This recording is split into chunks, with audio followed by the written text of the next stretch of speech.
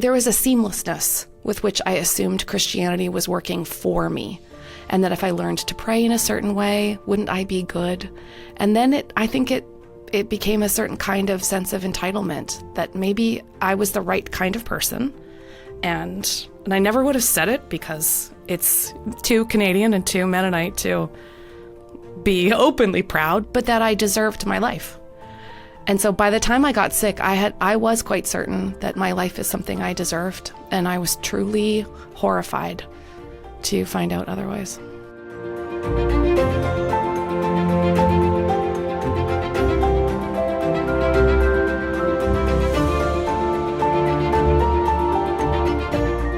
Hey, welcome along to Re-Enchanting. It's Justin and Belle here. Just before we introduce today's guest, Kate Bowler, we just wanted to let you know that you've got an opportunity to support the future work of the Re-Enchanting podcast. If you've enjoyed listening to season 1 and season 2, would you consider supporting this ministry, this way of bringing these conversations to people with and without faith? Your giving means that more people can experience the podcast. So if you'd like to join our community of supporters, you can visit seenandunseen.com/give. And it's a good time of the year to think about doing that, I suppose, isn't it, Belle? It's a great time of the year. And I don't know, you don't tend to know how podcasts land on your phone, but just to say that this one is completely made possible by the generosity, the encouragement and the support of listeners, of people like you who want the world to be re-enchanted, who want their friends and their family to be re-enchanted, who want to have these conversations and to keep listening to them. Yeah, so we'd be really grateful if you'd consider making a gift to Re-Enchanting, to Seen and Unseen, part of your giving as we approach Christmas this year. Again, the link is with the show notes of today's program, seenandunseen.com/give. For now, enjoy today's program. So welcome to yet another episode of Re-Enchanting, the podcast brought to you by Seen and Unseen. I am Belle Tindall. And I'm Justin Brierley. And we, along with our very wonderful guests, we ponder whether this post-Christian, postmodern world can be re-enchanted with the wonder and the mystery of the Christian faith once more. And you know the drill by now. If you could rate and review our podcasts, if you could subscribe and like our videos, by doing so, you are helping Re-Enchanting go far and wide.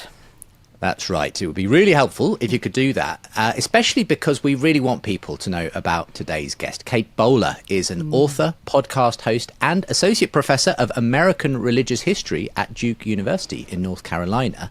Now, after being unexpectedly diagnosed with stage 4 cancer at the age of 35, Kate penned the New York Times best-selling memoir, Everything Happens for a Reason, and Other Lies I've Loved, as well as No Cure for Being Human and Other Truths I Need to Hear.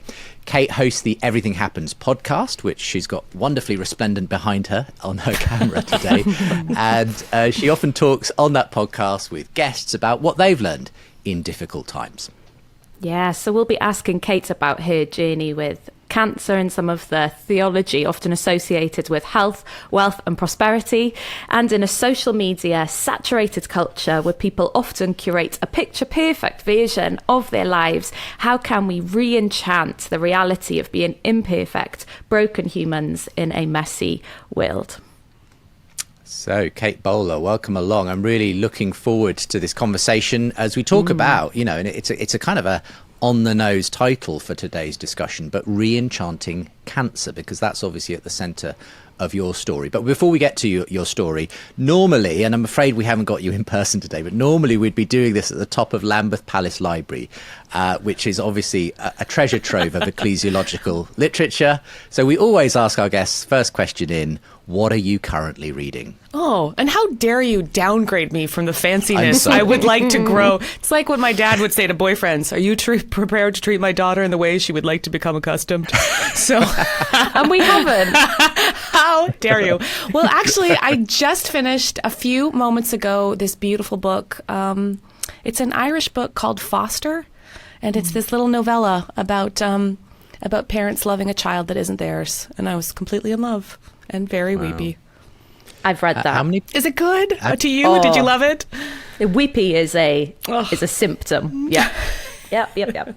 I always discover that Belle has read at least half the books all the guests have read, whereas I'm usually completely ignorant of them. So this is yet another one that I need to add to my pile of reading list. Yeah, but it's great. How often do you get to sort of read, Kate? Is that something that's a big deal in your life?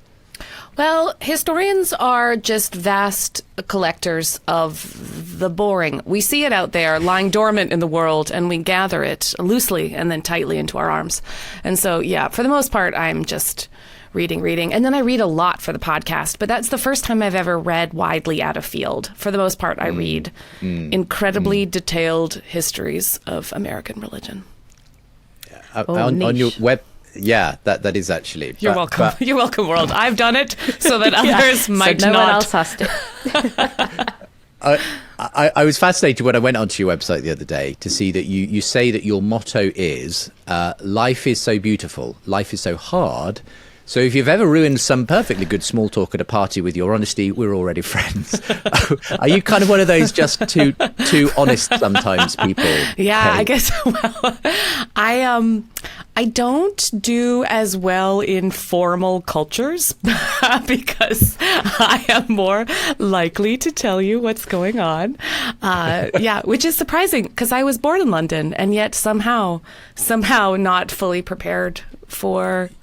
You didn't inherit the British Reserve that often comes with it. Yes, or what the French call la politesse. I've got very little of it. But I think maybe because I study the creation and sort of calcification of cultural scripts and cliches, I think that has made me even more likely to break them.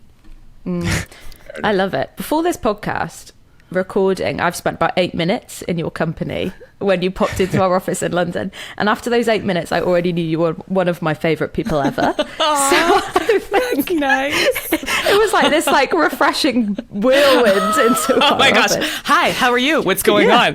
Do you know this person? Yeah. So it totally works. And it's going to make you a great podcast guest for us. So not mad about it. Yeah. Thank you. So can we start talking about you? Can we start from the very beginning in that what did childhood look like, growing up look like, and where and how did faith slot itself into an early Kate? Yeah, well, both my parents became Christians a bit later in life, which I am grateful for because they had a very, I didn't get a lot of the Christian kitsch that comes to define much of North American religious childhoods. I did get one Christian recording album about ants who were very pleased about their faith and sang about patience a lot. That was one haunting moment. But for the rest of them, it was just the sense that I lived in a very secular country, Canada, and that faith would have to be something you would choose for a very good reason. Otherwise, what's the point? And so my mom, I think, is the only person I've ever met who was spiritually converted by a tract. She was in a student center and someone handed her like a 3-fold piece of paper that was like, have you sinned and fallen short of the glory of God? And she's like, I suppose I have. Wow. Those people do exist. It works. Karen Jensen. Yeah. That was, so that was it for her. And I think my dad read Augustine and thought, I suppose this is a worldview. And the combination of that was a lovely bit of, I learned, I think, what I now understand to be the beauty of pietism, like the knowledge that your spiritual feelings can be reliable because God can be working through, as John Wesley would say, right, the strangely warmed heart. And what I learned from my dad's very cerebral faith was that it was worth asking questions. And so immediately I always wanted to be a historian. I thought, what a wonderful way to be nosy with other people and collect endless amounts of bits that could create what I hoped would be a better worldview. And that really fundamentally shaped what I thought of as like the Christian faith. Yeah, interesting. It's so interesting to hear, in a way, the very different ways in which your parents came to faith, one through a tract, one through reading Augustine. I don't know which is like the more unusual there, the more unlikely. It's like one person patting a book who has closing 400 pages, the other just a single sheet of paper. What kind of sort of ideas, though, did you grow up with then, as you grew up in this Christian household, when it came to, I suppose, things like success, suffering, this kind of mantra that everything happens for a reason? I guess you picked up some stuff along the way that you had to then rethink later. Well, because it's a strange thing. I mostly grew up among Mennonites who are just, the cheese eaters of the prairies. They lovers of flat pack furniture that they will build in front of you at a party when you've asked them not to.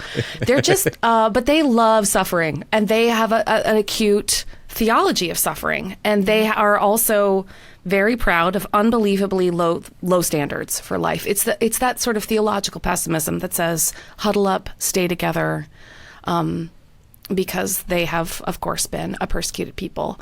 And so it was, I didn't realize, though, that somewhere in me, and then I kind of began to think, well, maybe somewhere in all of us, was a sort of dark thread, though, of entitlement, that if I was good in some way, that I was always trying to figure out that I would be building something.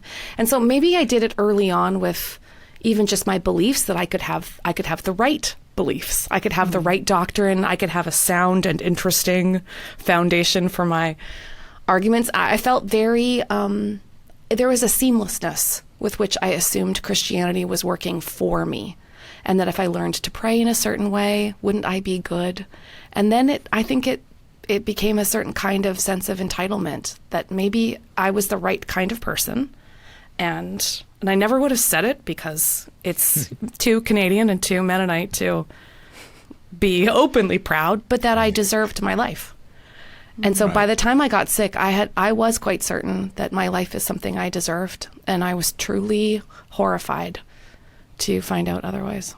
And you've done a lot of work. Did that come, you've done a lot of research into prosperity gospel and prosperity theology. What came first for you? Was it that research, or was it more introspective?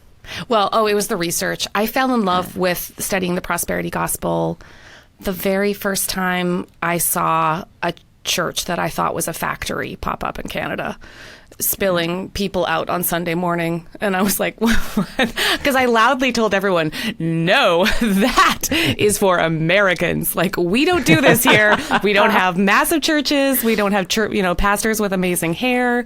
We don't have people who celebrate Pastor's Appreciation Day by giving their pastor a motorcycle. Like, we don't do that. And then to find out that it was largely Mennonites that were attending Canada's largest prosperity megachurch in my hometown of Winnipeg, that first my historical side of my brain exploded. And then the other side was like, well, then I have to figure this out. Like, how is it that people theologically accustomed to suffering would choose a theology of victory? So I tried to solve the riddle of the, Mennonite prosperity megachurch for most of my 20s. I traveled around interviewing televangelists.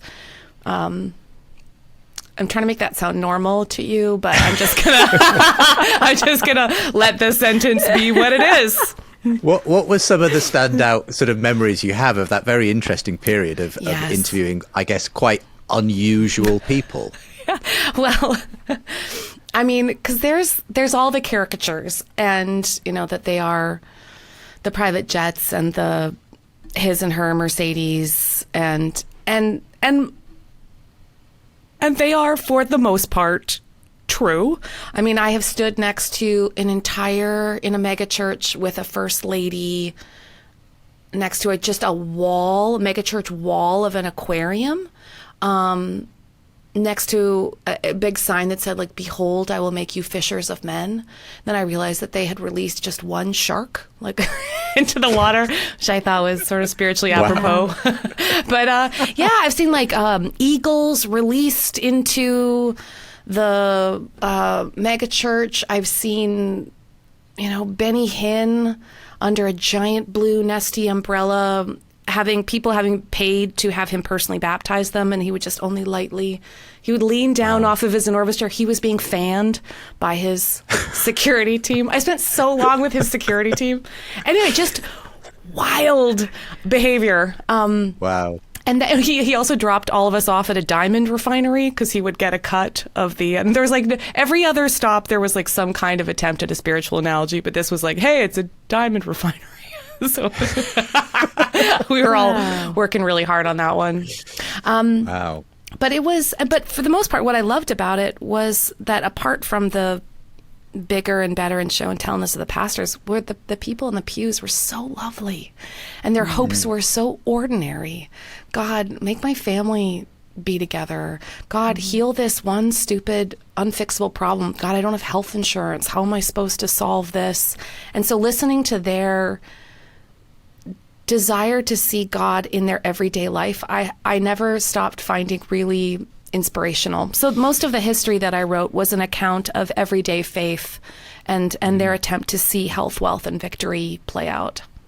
Yeah, because even when you've said prosperity gospel, and whenever I hear it, or, you know, whenever a documentary is made about it, whenever a dramatization film is made about it, it's always about the leaders at the top, the ones who, and by the way, is that motorbike thing real? Did that really happen? It really did. Leon Fontaine. Yes. There you go. So it's all about those instances, but I've never thought about the people who are in the seats, the people that are gathered, and those people and those hopes and what is driving them into those buildings, what is driving them to be paid to be baptized by a certain person. No one's really paying attention to those people and those motivations and those stories. Yeah.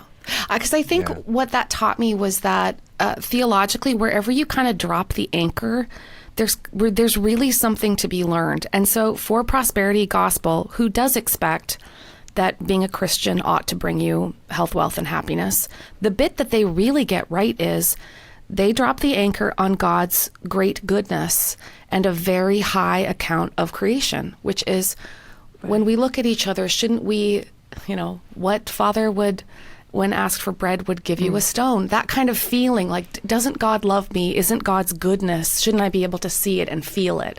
And, you know, of course, there's their account of where it breaks down is, are we to blame for the difficult things that happen to us? You know, and the answer is, of course, no. But the belief that God's desires for us are good is a really powerful one. And it's also one where I belong to I teach in a seminary, and I teach a lot of would-be pastors that are nervous about being too hopeful, too optimistic, praying too big. And it's sort of refreshing to be around people who hope that God might touch everything and that everything might be changed. I watched the film about Tammy Faye Baker and Jimmy Baker. You may have seen it yourself, Kate.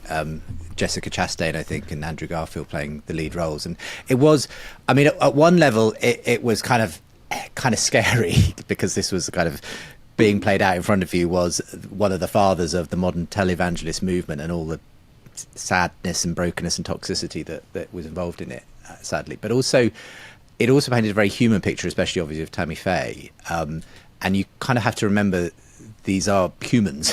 It's a kind of manifestations of the brokenness of human is often manifested in very broken versions of Christian faith, but which sometimes even in their brokenness can still have a kernel of something, as you saw in the lives of the people attending these churches. Yeah.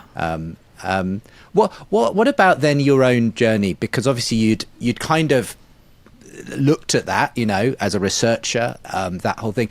Then, of course, came your cancer diagnosis. Tell us what happened, and obviously we'll talk about how you then started to understand and reevaluate your own theology in light of that. Well, I'd had a few years where nothing was quite going right. Like I had a difficult joint disorder that led to arm paralysis for almost 2 years. So I was voice dictating my dissertation in my parents' basement between crying and a lot of no, I said anthropology. anthropology, A-N, if I'm tired, I would still be like, hey, Justin, comma, because I'm, letting myself learn to think. But I really had a rough go for a bit. But then I hit one of those amazing little seasons you get sometimes where everything just comes together. And I finally got pregnant after years of infertility, and I had this smushy little froggy-eyed baby Zach, and my health was on the way up, and I landed my dream job at, to be honest, like just the coolest place to do theological education. So many gargoyles, so much quarried stone. Guys, it was a dream, and I was finally getting somewhere. And then I just started having stomach pain, so I started going to every single doctor. I think I chewed through about 50 different people and appointments. I was sent home from the ER with Pepto-Bismol. I just was genuinely not believed. And then at one point, I just refused to leave a doctor's office. But I was just demanded to get a different scan, because we just assumed it was like maybe a weird gallbladder or something small going on. And then I got the scan and went to my office and was doing my work. And the next day, I got a call from the physician's assistant that said that I had stage 4 cancer and that I would have to come to the hospital right away. And that everything I knew about my life was over so suddenly. Because it was one of those surreal things, because my university where I work is also attached to the hospital, that in one moment I'm wearing like my fancy blazer and I'm around the artifacts of this life that I've built. And then you walk, 200 steps and then you're in rough cotton, and people are saying things like, they're measuring your masses in your body, then you don't know where they are. And it turns out I was just swimming in cancer. And there had been no cancer in my family, so it wasn't even like it was like a glimmer of a thought. And then, and it was like a landslide, and everything was gone. And in that moment, I was so, there was like two feelings. One was just pure horror, because I think the first thing I said was, but I have a son. Like, you're just like, you find yourself arguing with your life, for your life, just for your own, for any reason why it shouldn't be you. And then it was me. And trying to wrap my brain around it, I think I was so, I felt so small because I had spent so long begging for my own pain, that by the time that they said it was too late, it was hard to like see my own value, honestly, at that point. It really felt like like I wasn't worth much at all. So that was, yeah, that would be like a good moment, to like feel the goodness of God, right? Is to feel like your stupid life matters, your dumb pain, your ridiculous plans, your hubris, your like 12-part theory about why your life was going somewhere. And that leveling was like a kind of reckoning I had not ever dealt with before. And you said you felt really small and small in the system, and was there a sense that you felt God's closeness or goodness in there, or was that absent? Did it feel absent in that moment? And was that, there's such a like a thought that faith must be a comfort in moments like that. How does that work out in reality? It's so funny, because because that's right. I just remember C.S. Lewis's response to that when someone was like, "Your faith must be such a comfort to you, now that Joyce died," and he was like, "Not at all, not a bit." And that's C.S. Lewis. Yeah, exactly, exactly. Yeah. I was very angry at God. I wasn't so much angry I was angry for myself, but I but my son was 18 months old, and I thought, this is ridiculous. Like, there cannot be a world in which this can be okay. And so, how can you love me? How can you even? What was any of this for, honestly? And so I was very angry, and I think also people's attempts to be comforting were, there's a particular cruelty that Christians can have in their hyper certainty, in which their desire, part of it is the desire to comfort you, heaven, families together, et cetera, et cetera. But most of it is, there's just a punitive edge to it, in which promises of heaven are meant to be a solution to the problem of pain, as if it demonstrates my unfaithfulness to be so wildly pissed off. And so I really found it very difficult to be around people of faith for a long time, especially during treatment. But there was this one cushion of it in which I felt, despite being so angry, God's intense love just like bubble wrapping, like I should have hit the sub basement at that point, but then didn't. And that, like, the intensity of that love, which I have genuinely never felt. And certainly, I think what felt so comforting about it was I was so mad, and but it didn't touch that. Like, I still felt loved. And that I thought was kind of amazing, because it got me away from the sort of I have to be good. Well, I certainly wasn't being good. I was just like a ball of rage. And I didn't have to manufacture it with good theology. I just felt loved, even as I was sort of screaming and crying and flailing around. And I think that felt more real to me than any other knowledge of God, precisely because I couldn't make it, or at least I wasn't. I mean, coming back to C.S. Lewis, I've always been struck by the fact that he obviously, one of his early apologetic works was The Problem of Pain, in which he gave a quite logical analysis and answers to the problem of suffering. But then, of course, one of his later works was A Grief Observed, initially penned under a pen name, but kind of speaking more from the raw reality of losing his wife, Joy, and just the difference that there is between the kind of in theory, apologetics and theology, and the actual reality of living through suffering. And I guess you must have had some you looked at and heard about and read, the answers, the theodicies and so on before you contracted cancer, Kate. But I guess, did any of that make any difference whatsoever when you actually came to confronting the pain and the grief and the suffering itself? You've asked it in such a lovely way. I haven't thought about it in that angle before, because I guess what I was an expert in was cultural stories about pain and suffering and how unnecessary it is. And America has solved it. And do you not have an essential oils routine? And, but I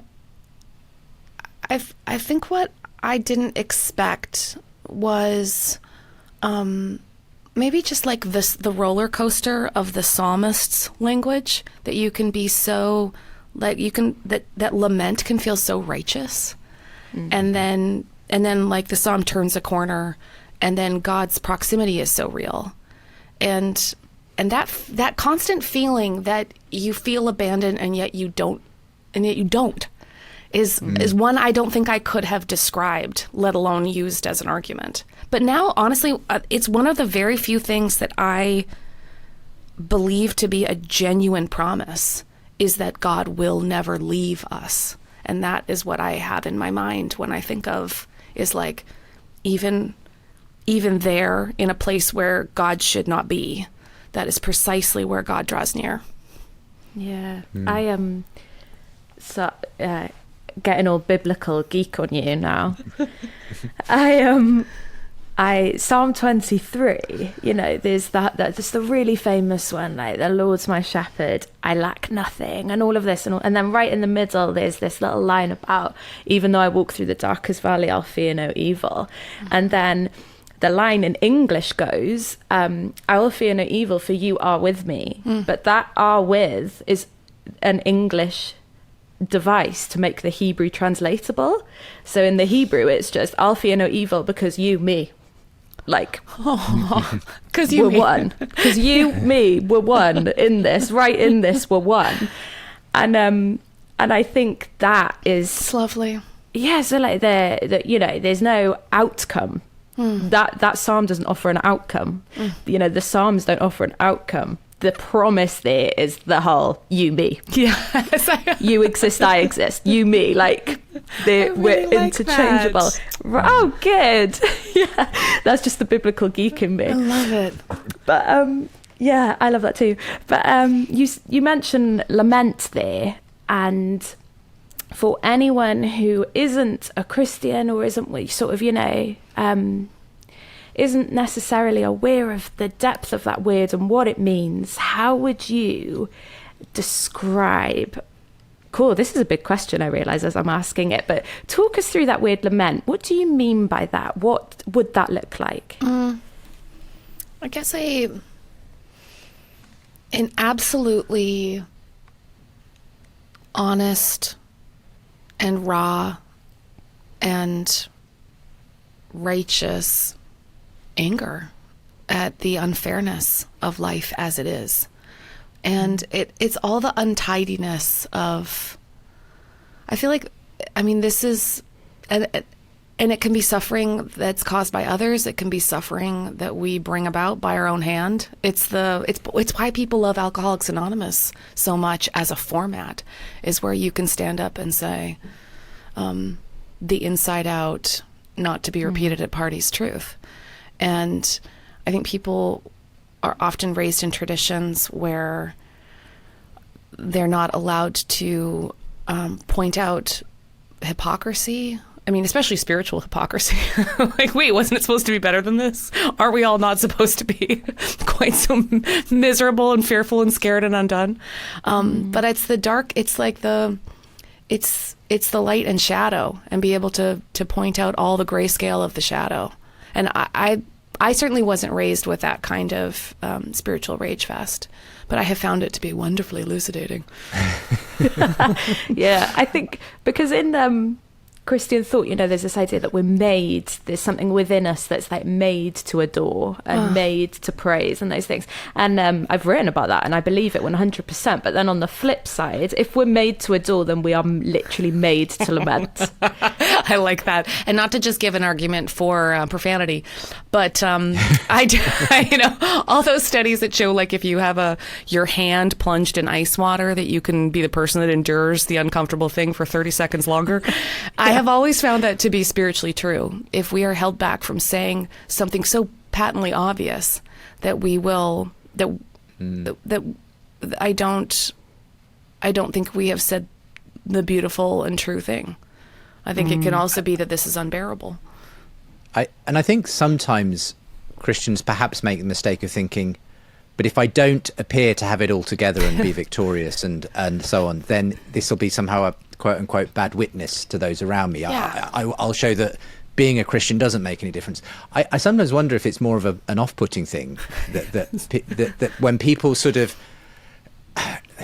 aren't just real about I'm as human as you, it turns out. Being a Christian doesn't stop you experience all the full gamut of human emotions. Yeah. And that's fine, because it's right there in scripture as well. And so we kind of almost try to tidy everything up and make out that somehow a relationship with God turns you into a superhuman. And that's just not true, is it? I totally, Justin, that reminds me of, so one of the weirdest moments I had in that experience was I was devastated, and I have found it very difficult because of my natural exhausting optimism to tell people how difficult it was. And I then became just a wonderful liar to everyone I love. And I find that we often lie to the people we love most because we worry that our pain and our burden and our fears will genuinely be too much to bear, because sometimes it is. And so I lied to everyone, except I began to write. And so I wrote this op-ed that I gave to a friend, and she said, "Oh, you should send it to my editor," who then put it on the cover of the New York Times. And I only say the fancy part because I didn't think about, one, how far that goes, and two, the fact that all my information was so readily available because I didn't think about it. And so I got about 1,800 letters, and often handwritten letters from people responding to what I said, which was, I am dying and everybody else is busy trying to tell me why. That it's because something I deserved, or surely I'm a person of faith and therefore heaven should be enough. Like I am terrified and scared, and everyone seems to have a reason.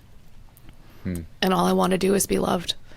So maybe we could just, the conclusion was, maybe we could just simmer down a little bit on explaining other people's suffering, I thought was my argument. But then I would say the bulk of these 1,800 or so letters were then trying to supply me with a reason about why it happened to me. So I would be in my little faculty mail area, and this poor lady named Diane is like just giving me a box of, and I, with a little more distance, I mean, it was so unbelievably painful. And some of it was very lovely, like, in my, in karmic traditions, in attempts to, well, I would love to take on some of your suffering so that you can have some of, like, what a lovely impulse we all have to share, to try to say, I wish I could, let me pray for you and try to ease some of this. Old people writing to say, I wish I was desperate for my life in the same way you are. I've wasted so much of it. Like, really sort of profound and commentary on how people live their life. But the worst ones came from particular theological traditions that, especially emphasizing God's great plans and power and sovereignty, in which my suffering then became a bad witness, that I can't then say that I am outraged and scared. I then have to allow my life and my death to then prove the faith in some way. And I thought, what a tremendous burden to die so politely, so very, to ease myself away from the shore for your great comfort. Wow. Gosh, I mean, so you were being presented in these responses, and I suppose in everyday life as well, with people trying to kind of, often I imagine more as much for their own sake as yours, to try and reason this out, to make sense of it in some bigger scheme. As the title of your book, Everything Happens for a Reason, that was a sort of one of the types of responses. Before kind of looking at what's wrong with those responses, as it were, what would have been a more helpful response? And I'm speaking from direct experience here. I'm not a pastorally gifted person. I'm married to a wonderfully pastoral person, Lucy, who's a minister. But I was at an event the other day, and I said, there was an elderly gentleman there, and I just said what you always say, "Oh, how are you doing?" And he proceeded to tell me he has cancer. Oh. And I don't readily know what to say in those situations, because I don't want to give some blasé spiritual thing. I think all I ended up saying is, I'm so sorry. That's really horrible, and I will pray for you.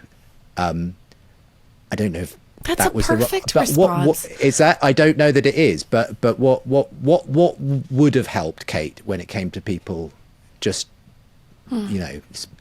having something to say to you? I like what you said. I love it when people could look at me. I loved it when they said something like, "I'm so sorry this happened to you." Like, there's just something about because I felt so irrelevant. So feeling like my suffering in particular counted was really special to me. I loved it when people asked. I also loved it when people saw that I was tired and didn't ask. That person obviously volunteered and wanted to tell you. And in those moments, I think the immediate mirroring back that is the absolute worst. I'm so sorry. I like it when people say a lovely thing that doesn't sound like a eulogy. When they're like, you're such a wonderful and funny person, and you really don't deserve that. Like, it's just, I like as opposed to, I once got a letter written from somebody that was entirely in the past tense. That was like, Kate, wow, you were so funny. Oh, wow. And there's something about the fact that he was my age and really good looking that just like killed me. I was like, I'm still a vibrant person. I love it when people say, if they're the helper type, and that's usually a time to just identify what kind of person do you want to be. You can just be the in the moment consoler. You can be the later helper, where you say, I'd love to be on your team. I'll be in touch over email just in case you might need something I'll come up with. And you don't have to say what it is, because it's so nice when people get a gift card or like a dumb non-teaching me something present. Or most of my problems have been solved with junk food and a dumb compliment. Maybe you want to be the encourager who just like sends a sweet text or a stupid story. Or you can just put it on the calendar for yourself that says 6 months from now, I will check back in, because nobody really remembers after about 3 months. So it's nice to be the person who circles back. You can never be all the things, but maybe deciding if you could be one of those things is nice. Yeah. Yeah. You, we've already mentioned it, but the title of your book is Everything Happens for a Reason and Other Lies I've Loved. And then your podcast, you've chopped off the for a reason bit, which I love. But I'm really intrigued by that. Firstly, and huge question, and also people should just buy your book, so don't give it all away. But where have you landed on the everything happens for a reason thing then? And also, my second half of the question is, what other lies have you loved? Oh man, what has been maybe the other most painful one to have to sort of tear off? Well, I have solved the problem of pain and of being a person. So with my 5-step plan, I've got great hair and a plucky attitude. I think that's one of the most difficult things about trying to be constructive, right? Is that we, at least especially in North America, they're obsessed with solution-oriented responses. And so then trying to say, well, then what do we believe? I believe that everything may happen for a reason, but very few of those reasons I will be made aware of. And so we have to live into significant spiritual and emotional and physical uncertainty in our lives. And that is why I see faith a great deal less like certainty and just a lot more like love. It has been the love that I experience from God. Most of it is the love I experience from other people. But that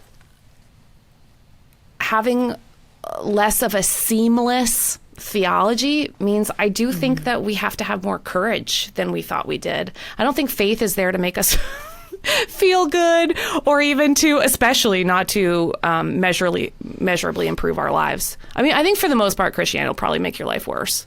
And if people don't think that, I'm excited for them, but I always think that when one of the, I speak like I read lots of atheist books. I haven't, but of what I know, Justin is the expert in this, but of what I know, this idea that of faith is some kind of like the crutch argument, the coping mechanism, the get out of jail free card, and I kind of wish, wouldn't that be nice? Yeah, I wish that was good. But the thing is like you say, I don't think having a faith at all means you get to get out of jail free. I think if anything, you've got to steer it down longer and wrestle with it harder and sit in it. I've even as a child, I've never understood that argument. It's more like sweeping the ankle all the time. Just be like, why is this so difficult? I think we've got such a it's a constellation of hopes, but I guess that's why I like the word seamless, is there's nothing that will feel so cohesive about it that it will save us from having to believe in a hope that we can't see, or get up again and try when most of the world will not bend toward. I mean, history, we don't believe in a natural telos of history that it will solve itself. We believe that God will have to rescue us. I mean, all of this requires a lot more courage. And I've just had to start believing that my life, in my however many years, will not be a full picture of being able to tell the story that, you know, that there will be a time when there was no death and no weeping and no Instagram, you know. And instead, I'll just have to believe that it is ultimately a good story, but it is not just a story about me. I guess when it comes to, you know, having read a few atheist books and spoken to a few atheists, I've sometimes met two possible reactions to death and suffering. Yeah. When it comes to what that means about God, if you like, and for some it just confirms that there isn't a God, because if there were, I wouldn't be going through this, and perhaps they push God further away. For others, very different reaction. It somehow pushes them towards God. They embrace God and faith because of the suffering. It seems to have almost the opposite effect on them. I guess that's a lot to do just with the individual psychology of different people and their kind of their makeup and so on. But what's your general experience there when it comes to people, whether they with or without faith, and the way they engage with death and suffering? Kate, do you find that faith in general is a positive in their life, or is it actually, does it not make much difference in the end? Or do you see it kind of the God question becoming a harder thing then for people to engage with, or does it push people towards God? Just what's your general sense on that? I guess that's been, and I'm thinking too, Belle, of your question about other lies, is I do think that what suffering does is it dismantles certain very natural beliefs that I'm in charge of cause and effect. I do this happens. Look at me, build this wall. So one of the things that comes apart then is our accidental individualism. We will require others to be a horrible group project. Another lie that comes apart is that we will feel the cohesiveness of our own best ideas. So most of our beliefs we don't always get to experience the emotional benefits of, I think. Love for others. That's painful and usually involves errands.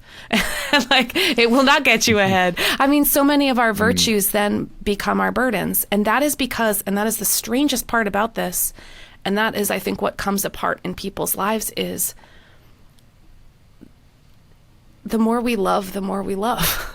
The more we love, the more painful it becomes, because then the more we love, and then we will lose, and then we love. I mean, it's this awful, wonderful cycle that we're caught in. And in that, I think people feel like they have to grapple with the sweetness and unfairness of so much love, and that grief is this burden of love. They have to then decide whether in the absence of it, they will turn toward more love, or whether they will calcify. In that, I think there's a tremendous opportunity to see God as part of a deeply beautiful remaking. So I have seen that a lot in the community that I get to work with here at Everything Happens. They wouldn't necessarily always call it God, but I think they do know that they have to move toward deeper love in the face of grief. And that something constructive has to happen after. And that is also a wonderful place to think theologically.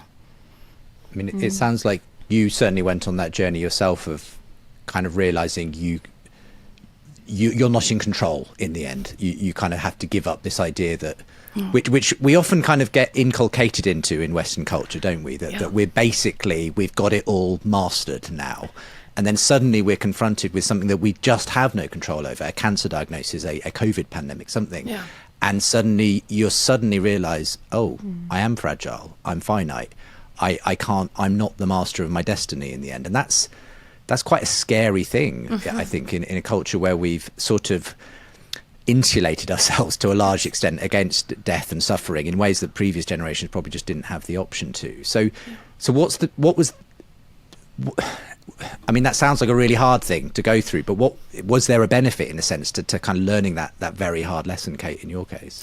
That is exactly the question that I love to be upset about. Because so I've been working on this big history of self-help as part of my research life.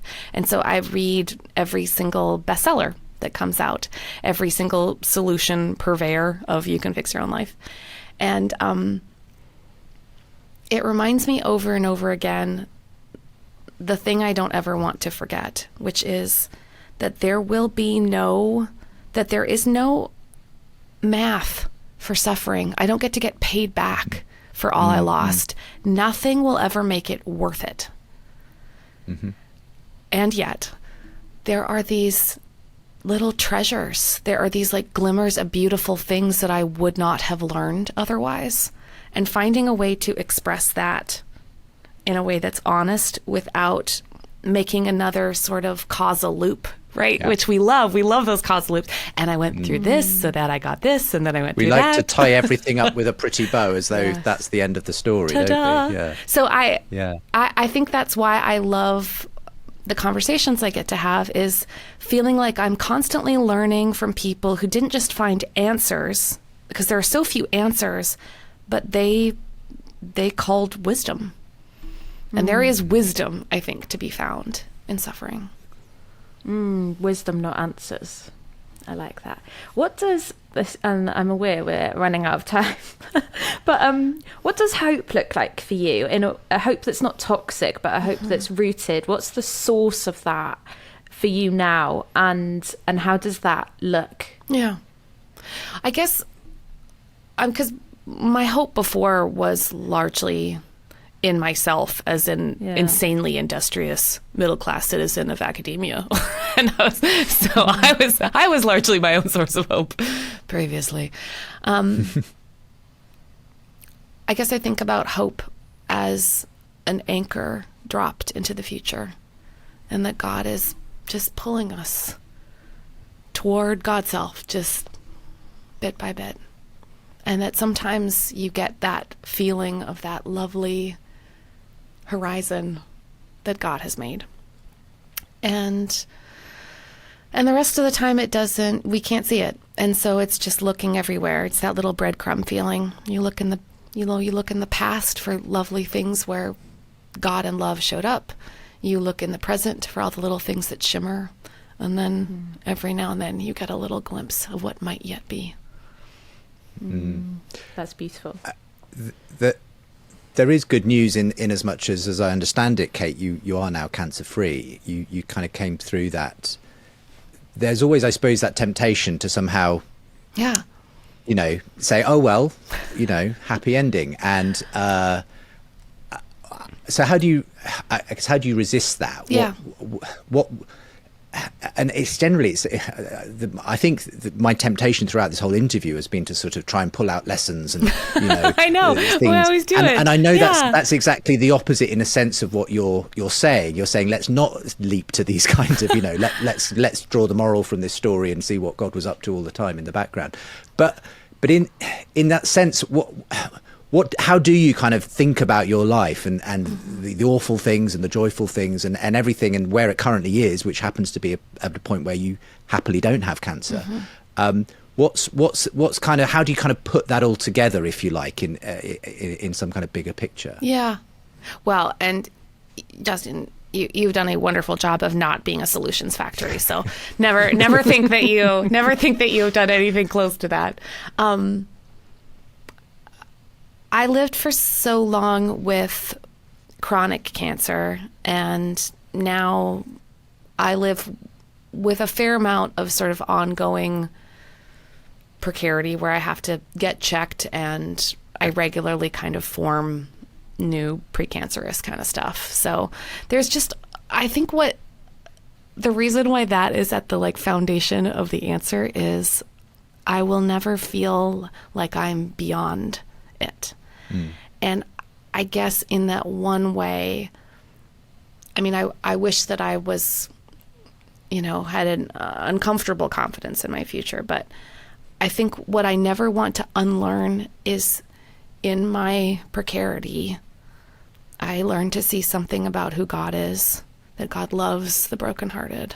And I learned to see something about the human condition I would have missed. And now that I see it in myself, I see it in everyone.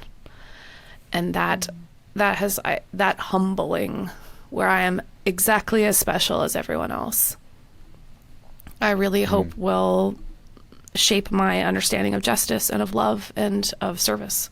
Because what else are we for, except to know each other's burdens? I don't mean for that to sound really pious. I just something broke, and I don't think it will ever be smoothed over. And I think that feels more honest, I guess. I think for me, that's what I've really taken away from your books and your podcast. It's honesty in a sense. It's not papering over the realities of how awful life can often be, but also kind of as you've demonstrated in your wonderful sort of character, that there's joy there to be found as well. And let's not sort of imagine that it's always got to be one or the other. Life is just this messy mixed bag, isn't it? Yes. Of things. Just as we close, I mean, you've seen Jesus sold, I suppose, in those mega church televangelist scenarios as some kind of miracle cure for life, your best life now and everything else. What's the picture of Jesus that you now carry with you, I suppose, if he's not sort of the Benny Hinn, I'll give you everything you wanted plus a Bentley on top? I have been really thinking about okayest to life now t-shirts though, because it makes me laugh. I have to get MRIs a lot, and then those machines are so noisy, and they can be really scary because you're just hours away from getting cancer news. But when I'm in them, I always have the same half dream, and it's that I'm in the boat with Jesus, and he's asleep, and there is a raging storm, but because he's there, I know I don't even have to wake him up. And I like the there is a storm, there is always something, but his peace gives me peace. Oh, thank you, Kate. I don't want to go. Lovies, guys, this was nice. Don't worry, I'm gonna come to London, and we're gonna be super friends so that I can be a cosmopolitan lady. And we'll make up our theme song called Cosmopolitan Lady / Gentleman for Justin. You can come to our library rooftop. It'll be wonderful. But I demand it. Yeah. But seriously, thank you for this conversation, but also for every conversation you have. You're so generous. And because you're such a wonderful storyteller and wordsmith, and other people who are going through things who aren't, it's like they can hang on yours, if you know what I mean. They can hang their experiences on your words and your explanations and your insights and your wisdom, not answers. Love. And so thank you. Thank you for giving us a little piece of that on Re-Enchanting. Thanks, friends. So glad to be with you. Well, just before we finish up today's episode of the show with Kate Bowler, I just want to say that we're inviting you to support Seen and Unseen and the Re-Enchanting podcast in particular. Especially with Christmas coming along, it's a good time to think about supporting the kinds of conversations that you've heard on the show. And every week, Belle and I ask you to rate and review, but we've never actually sort of given any of those comments out, Belle. So I just thought I'd look some of them up, and they're just absolutely lovely. I mean, this is a bit like patting ourselves on the back, but hey, this is lovely. If someone posted, the podcast hosts Belle and Justin compliment each other very well, asking questions and commenting in ways designed to make their guests feel at ease, while drawing out the wisdom of their experiences as communicators, whatever their field. While watching sets the scene and comfortably passes an hour, listening again is doubly worth it. Wow. So much that I missed the first time. Wow, that is like the perfect review. I think it is, isn't it? That's lovely. Oh, wow. Because we have these conversations and they feel so intimate when we're having them. I always forget that people are even listening to them. So that's so Yes. lovely. Yeah. So thank you, Grand Kids Inc., who posted that review. Oh, thank you. But again, we would love you to do the same. It does help others to discover the show, as we tell you every week. But if you'd like to go a bit further and you'd like to support these shows, we have a season 3 coming up soon, and we want to keep going throughout the rest of the year. But it obviously takes time, money, and resource to create these conversations. So if you'd like to get behind it, if Re-Enchanting has blessed you in some way, these conversations, it's really easy to give, and we're just asking you to do that as we approach Christmas this year. Do you want to remind us what the way to do that is, Belle? Yes, so head to seenandunseen.com. That's seenandunseen.com/give, and it's easy peasy from there. Yeah, the link is also with today's show if you're watching on YouTube or listening on podcast. For now, thanks for being with us, and we look forward to seeing you next time, our final episode Our final one. of season 2. Esau Macaulay coming up next week. But for now, thanks for being with us.